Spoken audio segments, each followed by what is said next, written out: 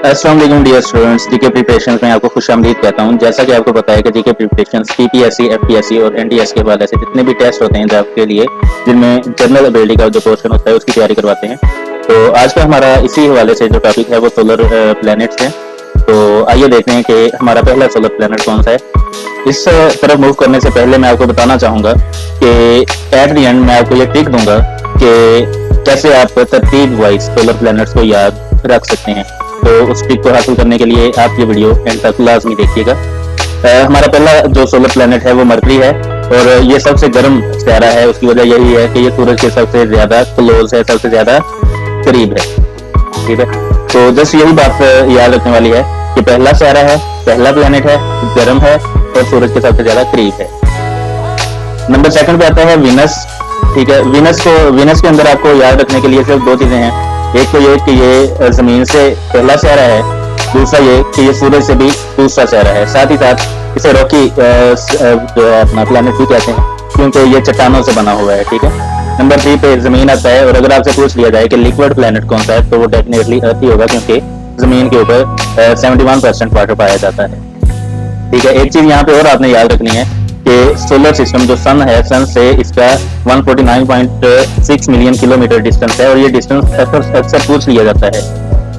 Number next Mars है। Mars जिसे हम मरीख भी बोलते हैं, तो ये चौथा सितारा है और आयरन ऑक्साइड से बना हुआ है। ठीक है, और इसका कलर कौन सा होता है? रेडिश। ठीक है, इसे रेडिश प्लैनेट भी बोला जाता है रेडिश कलर होने की वजह से। और ये सेकंड स्मॉलेस्ट है। ठीक है, दूसरा सबसे छोटा सितारा मार्स है, ये भी याद रखिएगा।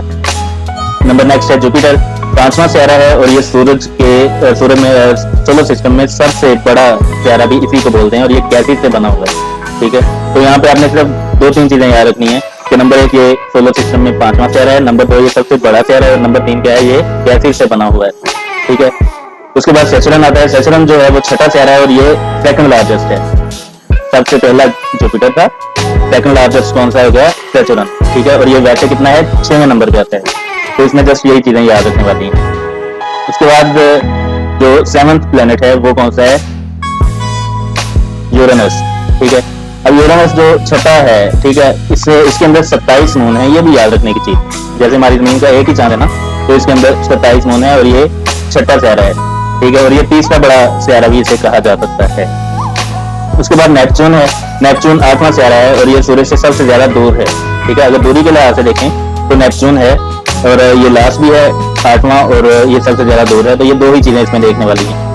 ठीक है, उसके बाद अब हम देखते हैं जो मैंने आपके साथ टिक की बात की थी, तो वो ये है कि जैसे आपको पता है मरकरी, वीनस, अर्थ, मार्स, जुपिटर, सैचुरन और यूरेनस नेपच्यून है, तो इनको याद रखना थोड़ा सा मुश्किल होता है। इसके लिए जस्ट यही ट्रिक बनी है कि एम वेम जे सन।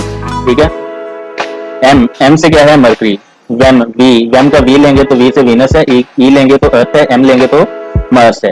अब हमें पता चल गया एम वेम जे सन। हमने जस्ट पहले याद कर लिया तो हमें पता चल जाएगा मरकरी, वीनस, मरकरी, वीनस, अर्थ और मार्स। ठीक है, उसके बाद जे अकेला ले लिया हमने, जुपिटर और सन, SUN सूरज, क्योंकि हम सन का ही, सोलर का ही कर रहे हैं तो ये सन हो गया। सन से क्या है? S से सैचुरन, U से यूरेनस और N से नेपच्यून।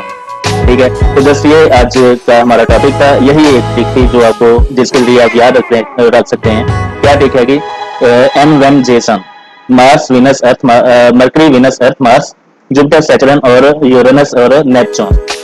तो फिलहाल के लिए इतना ही। अल्लाह हाफिज।